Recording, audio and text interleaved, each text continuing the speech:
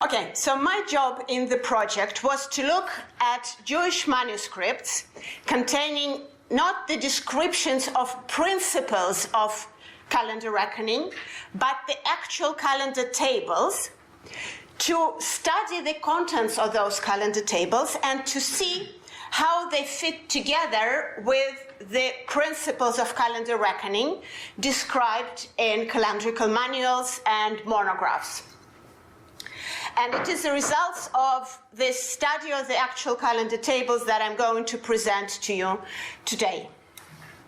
But before I go into the tables themselves, I want to situate my talk calendarically by saying that the entire material that I looked at comes from the time when the principles of calculating the Jewish calendar have been at least worked out, established and publicly known.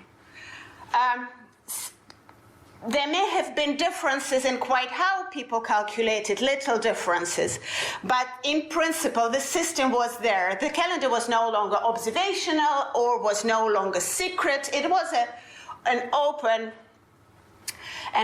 thing, and according to Jewish genius, Moses Maimonides, a simple thing as well. He said the calculation is so simple that even school children can grasp it within 3 or 4 days. Well, not everybody is ingenious, and as this Kairogenesis source tells us, people's calendrical knowledge was on different levels. There were people who studied calendar science so much they could work everything out from first principles.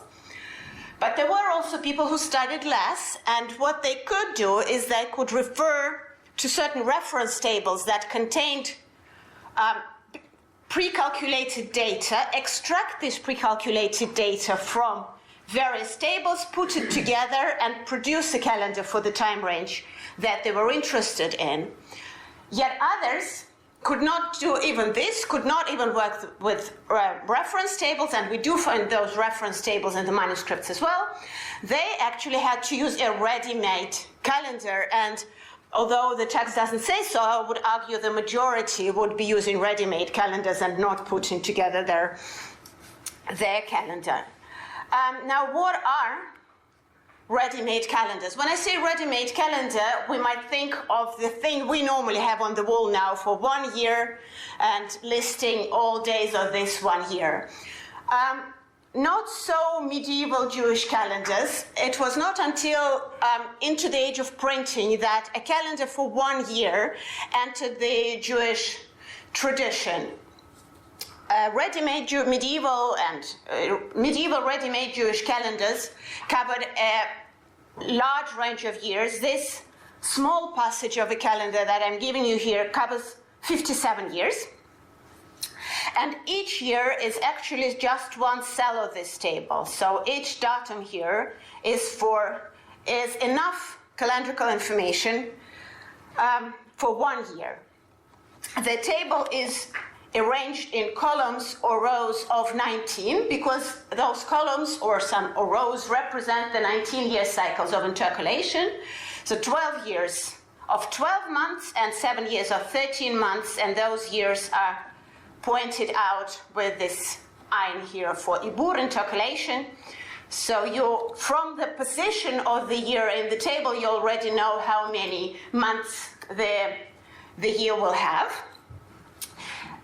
And now if you wanted to use this calendar, you would figure out where your year is in the table, either by using the date or, because not all tables have dates, by using the number of the 19-year cycle. 19-year cycles are also numbered from creation, and you can figure out how to convert the Anno Mundi date into a date according to the number of the cycle. Say year 20 is the first year of cycle 2, and you can use this system. Once you've found your year, the data here gives you the beginning, the day of the week of the beginning of the year, the length of the 2 variable months that the Jewish year can have, and also the position of the year in the table tells you how many months it'll have. These three pieces of data, the day of the week of the beginning of the year, the length of the months, and the number of the months, actually give you all the information to lay out the entire course of the important events in the year. And what's important about the year is when months begin, when festivals are, when fasts are, and how to divide the Bible to read it in the synagogue for that particular year. It won't give you information about your birthday, but this is not important in a medieval ready-made calendar. Calendars like this are found in manuscripts of very different types, not just calendrical or astronomical manuscripts, rather in prayer books, in biblical codices, in legal codices, and all those non-technical manuscripts. They can cover a range of years, sort of normally a multiple of 19. They can cover over 1,000 years, normally shorter, of course. And what they do is they give you calendrical security. What if you can't fix the calendar? What if nobody in your environment can fix the calendar? This table in a practical manuscript gives you security that you will not go without a calendar. So they're very important.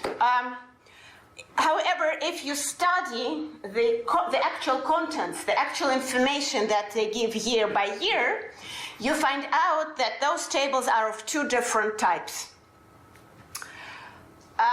Some tables are actually based on the standard calculation and faithfully represent the results of the standard calculation. The data is what you would calculate for the particular range of years that the table tells that it wants to cover.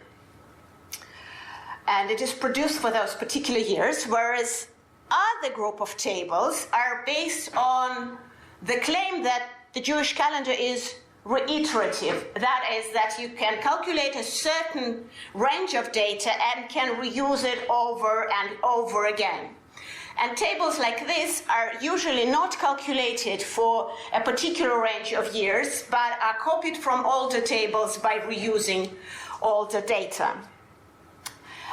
It is these reiterative tables that constituted the main bulk of my research, and I will soon tell you why, and they will also constitute the main bulk of my talk.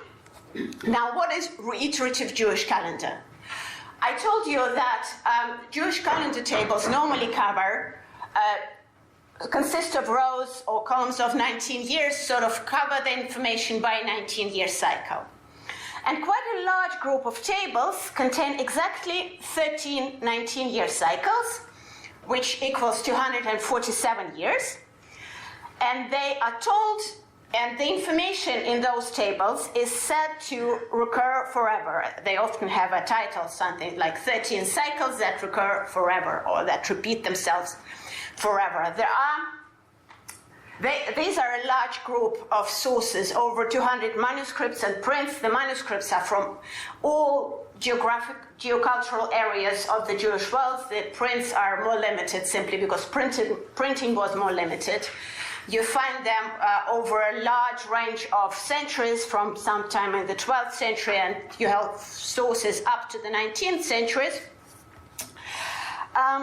Let's look at one such table to give you an idea, and then I'll tell you what's the problem with them. So here is an example of such reiterative calendar. It consists, if you count, of precisely 13 19-year cycles. It says to cover 19-year cycles 264 up to 276 counted from creation. And you can use this table as it is for the range of years that it covers. And then, under the table, in the source in Hebrew, not in my English transmission, it says that if you run out of calendrical information, if you live somewhere in the 19-year cycle 267, which is in the 15th century, so if you run out and are despairing, then in cycle 277, which is not as such indicated in the table, you simply go to the top of the table and use the calendar as it is indicated in the first line, in the next cycle use it? Is it indicated in the second line, and so on and so forth? If we said that ready-made calendars are there to ensure calendrical security, to ensure that you never run out, that you are not left without a calendar, then what's better than a reiterative table? In itself, it covers 247 years, which is a huge range of years. You'll probably not live that long. But even if you do, you can reuse the same calendrical information.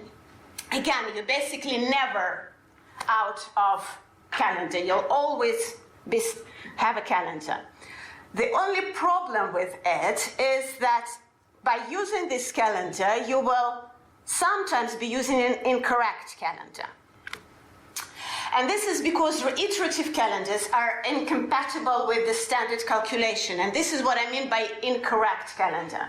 Because you are free to use whatever calendar, but if you decide that the standard calculation is the correct calendar for the Jewish community, and this was the accepted opinion in the Jewish communities at the time that we're talking about, then this reiterative calendar is incompatible with it in a certain number of years, not in a large number of years. What I mean is that if you calculate the calendar for a range of 247 years, and then use it again for the next 247 years, most years the calendrical information will be correct. But some, between 2 to 17, it has been calculated by a mathematician, not me, some 2 to 17 years will be off. And indeed, what you find in the tables in the manuscript and in my one example, this table that tells you that it covers cycles from 264 to 277 has not been produced for these cycles. It actually carries mistakes, carries calendrical information for all the cycles that are not as such covered by this table. And I marked those years where the table is not correct by orange. Can you see my mouse? I can't see it there. So in these years, the calendrical information is actually outdated, and it comes from years 247 years earlier. If you follow the advice in the note below the table and reuse the table for the next 247 years, you're going to run into more trouble. Because in addition to the years that were already incorrect in the original table, you're going to have problems in the years that are marked blue. You can see that for large stretches of time, there will not be any trouble using this calendar. You can very safely use it. But if you happen to live, say, in this part, in the time covered by this part of the table, very often your calendar is going to be off the standard calculation. And because at this time it is very serious and very important for the Jewish community to preserve and to maintain calendar unanimity, that everybody follows the same calendar, everybody celebrates at the same time, this is considered a serious problem, a violation of commandments related to holidays, profanation of the festivals, and as this Yemenite source tells us, this by God is very serious. But this is also why it is interesting for our project, because at a period when calendar unanimity and using a standard calendar is considered extremely important, you see hundreds of sources that carry a calendar that is clearly incompatible with the standard. And this is where the problem or the questions are, and this is what I've been studying. So the questions then that we've been asking is when, where, and in particular, why was the 247-year cycle introduced? How did it spread? Was it known at all that it is incompatible with the standard calendar? If it was known, then why was it still used? And did it cause calendar disagreements? I will try to answer those questions shortly, or we'll see. Now, first of all, the origins of the 247-year cycle. I told you before that it largely fits with the standard calculation, deviating from it in a small number of years, between 2 and 17. For this and a number of other technical reasons, it is clear that the 247-year cycle is actually based on the standard calculation. Somebody looked at the standard calculation and discovered that after 247 years, the calendar does not repeat itself exactly, but repeats itself very closely to exactly. So it's very close to a cycle. The earliest sources that talk about this calendar and present this calendar associated with the name of somebody called Rabbi Josiah ben Mevorach al-Akuli, about whom we don't know much, but who seems to be of Babylonian origins and lived in the second half of the 10th century. And this is also what the information in the earliest calendars of this type, the calendar information also fits with its origins in the second half of the 10th century, and this, I think, is significant and may give a clue as to why it was introduced. This is my conjecture, so I'm warning you.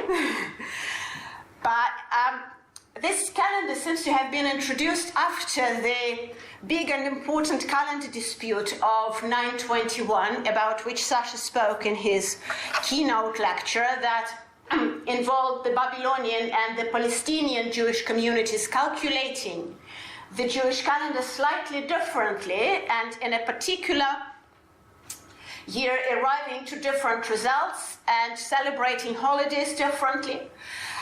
For one thing, this dispute showed that using a calculated calendar does not yet guarantee calendar unanimity. And it seems to me that it could be that this cycle was proposed as a countermeasure, as the idea being, now let's all calculate information for 247 years and actually use it as a calendar, as a means of preventing future calendar disputes. Let's all just use the same table forever. This is a conjecture, but it seems to me a better conjecture than when people say, oh, whoever proposed this calendar just wasn't careful enough. They didn't check it through and didn't realize it didn't work. I'm not that sure. I think a user cannot realize it doesn't work, but whoever institutes a mathematically based scheme probably thinks it through. It seems to me. It's very clear that this suggestion of using this as an alternative calendar instead of the calculation was not accepted. The standard calculation remained the standard Jewish calendar, but the cycle also wasn't abandoned completely. Because it's such a good approximation of the standard calculation, it kept on being used, but only to set the standard calendar with the mistakes that it created.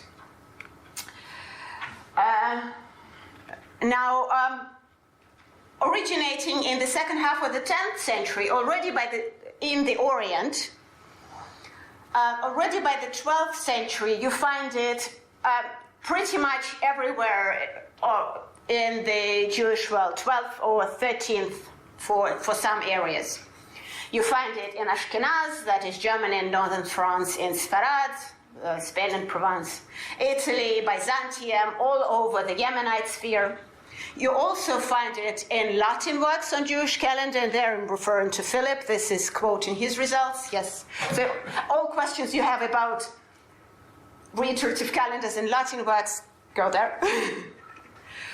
And also interestingly, although a later source, a 17th century source on the Samaritan calendar, which is a purely astronomical calendar, mentions this calendar. So it was known more widely than just within the Jewish calendar, Jewish literature. Quite what the trajectory for its spread was my dream to establish, but I don't know how to go about it. As the cycle spread, something interesting happened to it. If you remember, I said that the earliest sources attribute this cycle to somebody called Rabbi Josiah ben Megorach al-Aquli.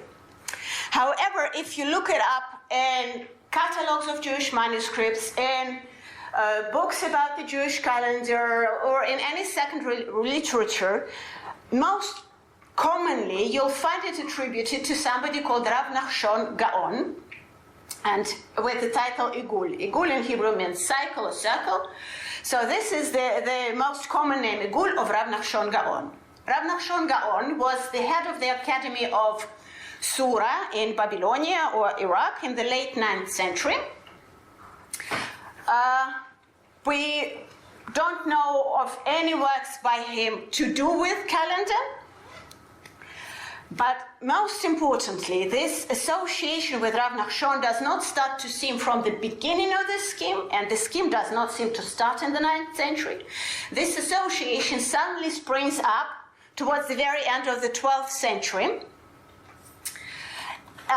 And although it is known in most areas, if you look at the numbers, many more manuscripts do not associate with cycle with Rav Nachshon Gaon than do, and in most areas this is true, except for Ashkenaz, where equal numbers of manuscripts associate this cycle with Rav Nachshon Gaon and don't associate it with Rav Nachshon Gaon. And because most catalogers of Hebrew manuscripts probably knew Ashkenazi, come from Western Europe, but probably knew Ashkenazi literature a little bit better, I think this is how the title and the attribution went into the research literature. But I'm interested in why this cycle suddenly acquired a new name, a new attribution, and an attribution to a head of an academy, a highly authoritative person. And I think this is the key. The cycle probably needed more authority than being just some scheme. And a head of an academy could really add authority to the scheme. On the other hand, Rav Nachshon Gaon is not a very well-known authority. So you probably didn't run into too much risk ascribing something to him rather than to very known people where it could be refuted, or sort of people could say, we never heard this being by him. So it seems to me that this is an attempt to give the cycle more authority but not run into too much trouble. Why that happened in the Ashkenaz is my research question, which I have not yet answered, but if you have ideas, do come forward. Now, on my list of questions was to find out whether it was known at all that the cycle was incompatible with the standard calculation. And it is very clear that it was known, at least to scholars, from at least the 12th century, that the cycle did not work. A source here tells you learned people know that it is incorrect, and they usually go on to prove mathematically why it doesn't work and why it can't work. But together with this, in very many sources, you also find people trusting this calendar unreservedly, saying by using this cycle one will never err, it is impossible to be without it, and even God agrees with it. And if God agrees, you don't argue. This was, do I need to finish now? No. Okay. This was helped by the cycle being included in various legal codes,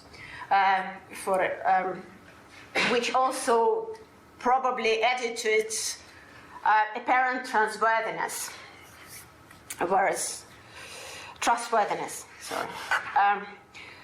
So what you get a cycle that it is known that it is incorrect, it is trusted, on the other hand, by people who are maybe less learned, and it is very often copied, and I can show that it is also used, not just copied, but people at least make notes in those manuscripts, you can see dates added to it and dates changed. For example, this calendar did not originally have dates from Anno Mundi, but somebody wanted to use it in year 1447 and 48. So he marked where he is in the table, not to lose his place. Here as well, you see it was originally covering cycles starting from 261. So here, as the next cycle, you'll expect 262. But that was too late for the user, too late. Anyway, whoever used the cycle probably wanted to use it for the next iteration in the cycles 275, 6, and 7. So they scraped the old dates and added the new ones in. Here, which is an Italian version of this cycle copied in Sephardi characters, you can also see dates added for the next iteration of the cycle, and this time in Arabic numbers used for the date, which is not at all common in Jewish calendar tables. And there at the top you see people actually correcting the calendar. They found that there are mistakes in there and corrected, and I can tell you that some corrections are actually well-deserved, whereas very often you also find corrections that correct data that is correct into something incorrect. But what it shows you is that people actively work with those calendars. Oh, no. 2 minutes. You have a little more. Okay. So very well used. Why? Why would you use an inaccurate calendar? Among the most important reasons seem that there is no communal office of a calendar maker. Nobody seems to be in particular responsible for setting the calendar. Scholars will know how to do it, but will every community have a calendar scholar? If not, then a community may be unaware of the inaccuracy of this calendar or unable to set calendar by calculation. And using this calendar is actually invariably linked to lack of knowledge. If you look at either of these two quotations, they'll connect the lack of knowledge and deficiency of learning with the use of this cycle because it is simple and easy to grasp. And one of them says, our feet would collapse in our long exile and through our lack of knowledge were it not for Rabbi Nachshon, who fixed 13 cycles of 19 years that repeat themselves forever. But this source also knows that there are some changes, some mistakes in the calendars, and they're easy to correct. Easy maybe for some people, not so easy for others, but those corrections did happen, as I showed you.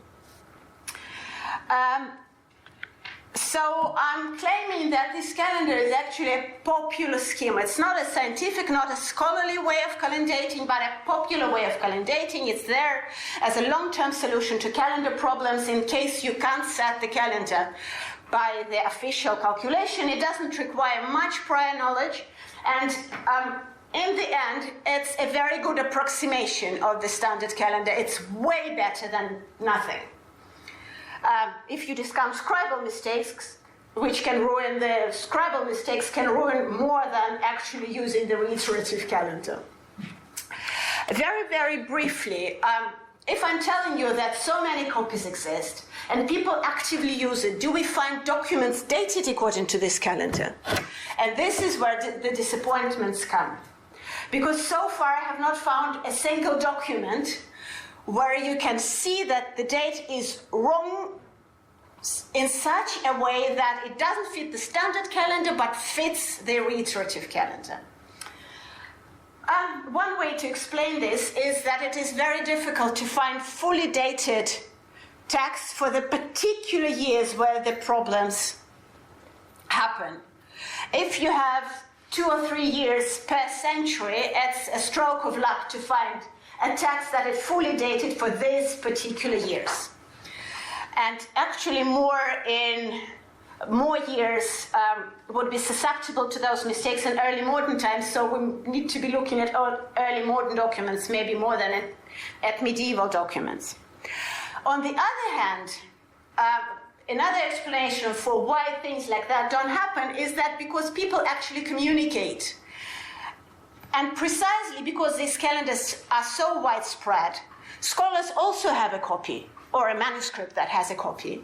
And if they notice that what's in the copy does not fit with their calculation, they distribute this knowledge.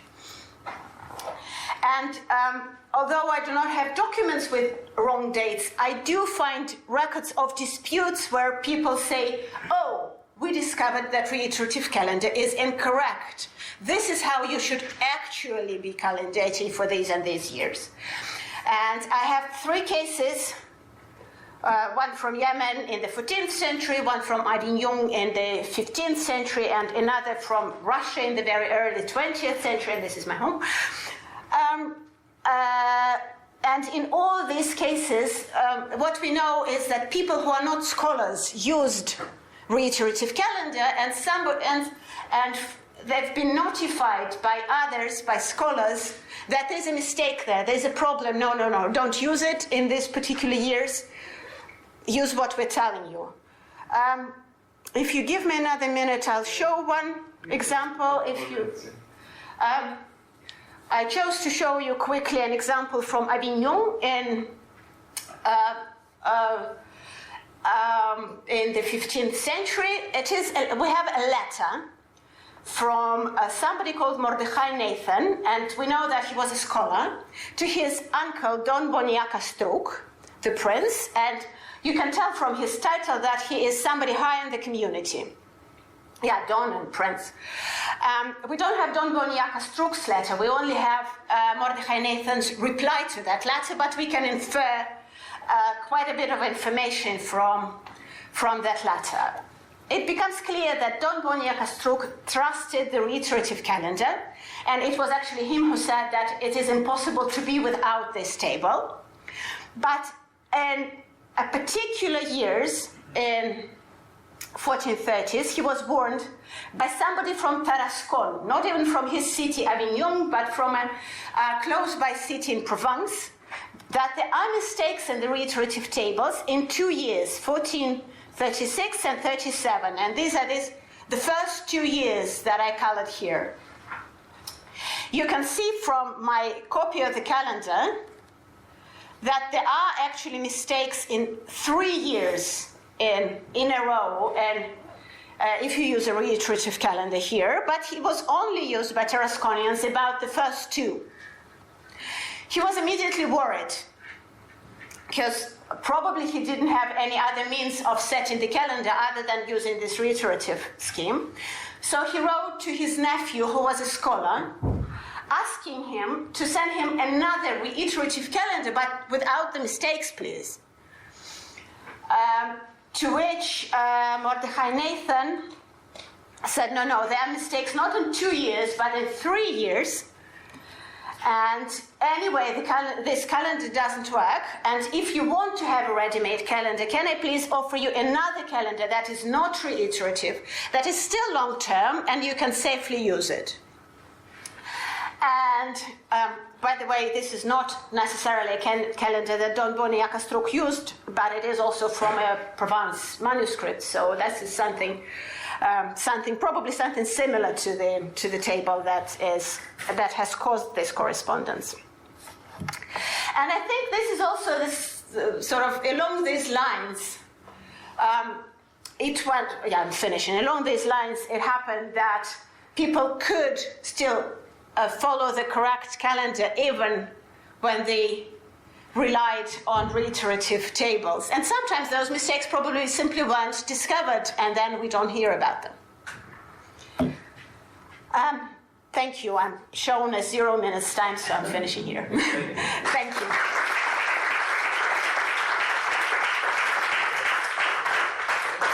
We have around 10 minutes maybe during the questions, and as maybe you'll be able to show more items. There's basically conclusions. I'll show my conclusions to fresh in your memory. Yeah, okay, Tim. Yes, two remarks. First, I mean, it's entirely intuitive to say about a wrong calendar because communication takes place. There is a parallel with the Islamic situation because the Islamic calculated calendars are wrong because the actual dates were fixed by observation of the new moon. Therefore, they were proved wrong. But of course, the correct beginning of a month was communicated in a town, and so it was corrected. And we have even in historical works, we have the situation that at the first day of a month, a certain day of the week was given, and at the second or third day of the month, it was corrected to another day because an observation has became communicated. So this is, I think, this is very sound what you said. Then there is a point. You said that the standard Jewish calendar is not reiterative. Yeah. But I mean, as far as I know, it consists of cyclical procedures. So I mean, the least common multiple of these cycles would give a cycle of the whole calendar that it reiterates. Yeah, but it's slightly shorter than 8,000 years, so it's not practically reiterative. 89,472 years. Well, you have better numerical memory. Yeah, so it's not practically reiterative. Yeah, you're right, yeah. And just two comments, and they are not 100% related, but I really like that you bring to our attention again a problem that we're all struggling with is what happens if the calendar does not adhere to a standard, whatever the standard is. So, and this is a problem that you have in the Arabic world, this is a problem that we have in the early medieval world. 84-year Easter tables are the same thing. Of the observable reality after one iteration. And there was, in certain parts, the parts that I'm working on in Ireland, they were still used when the observable reality was 4 to 5 days off from what you have in the calendar. So our problem is in the same way is, did they not communicate? Did they not try to change it? How did that work in reality? Why did they still follow a rule that is so blatantly off what you can see in the sky? Limited answers there, but it may be an analogy. I don't know, but it has to do with authority, and it has to do with, in that case, theological implications of the calendar itself, I suppose. The other thing that struck me is it's unrelated to a census as well, but the Easter calculation that becomes the standard. There was the standard in the East first, and then becomes the standard from 800 onwards in all of Christendom. It's a 532-year table, 28 times 19. But it breaks down into periods of 95, 95, 95, and 247 years. Invented in Alexandria in the late 3rd century. So I was wondering that, so your number 247 has a parallel there, which is not used as a cycle, but it is it is part of the cycle. Of that cycle. So. Right, thank you. Now a question. One option would be that Rabbi Nachshon Gaon was the originator of this reiterative calendar, and in the second half of the 9th century, close to Baghdad. So my question is there any relation to the Treaty of Al-Khwarizmi on the Jewish calendar? The Jewish calendar as such Sash is probably a better person to take this one, but the Jewish calendar as such, the molad value for the calculation of the Jewish calendar as such is first attested in Khwarizmi's book, isn't it? So this is the first one we hear about the calculation basis of the Jewish calendar. But this is correct for the standard calculation more than for this reiterative. Yeah. And of course, the decisive point is that Biruni, who gives this extremely detailed account of the Jewish calendar, never mentions this. These reiterative things. If he had known about it, he would have put emphasized it. Yeah, thank you. And also in the dispute correspondence, where they talk in the 921 dispute correspondence about between the Palestinians and Babylonians, where they talk extensively about the calendar, it doesn't come up. So chances are it didn't exist before this period. Yeah. I wanted to thank you first of all for this paper. It's a complicated thing to explain, but as time goes on and you give one paper, another paper, another paper, it just gets clearer and clearer. So, thank you. Thank you for that. Yeah, I just want to make one additional remark, which is that the reiterative 247-year calendar is actually pretty good. It's actually quite a good calendar. And in theory, it could have been made the orthodox, correct Jewish calendar. It actually doesn't deviate that much from the moon, from the actual moon, and it's in a way a simpler calendar to operate than the complex calculation. And although, of course, it deviates from the molad calendar, but the molad calendar is also not perfect anyway. So one could have sort of imagined a scenario where this would have become the orthodox authoritative one. The interesting thing is that it doesn't.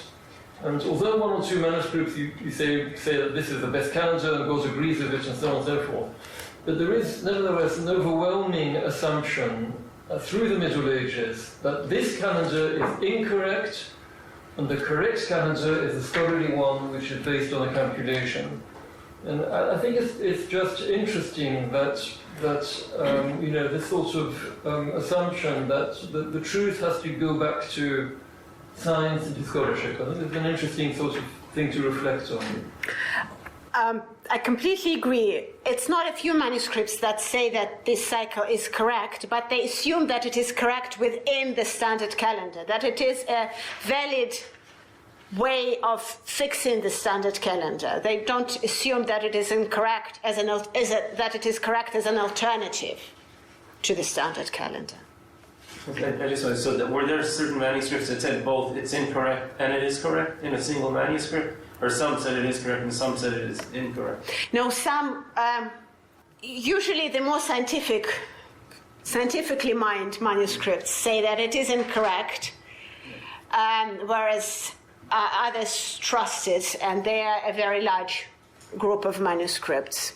But as I say, they trust it as a means of setting the Orthodox calendar, not as a separate alternative calendar. Thank you. Thank you.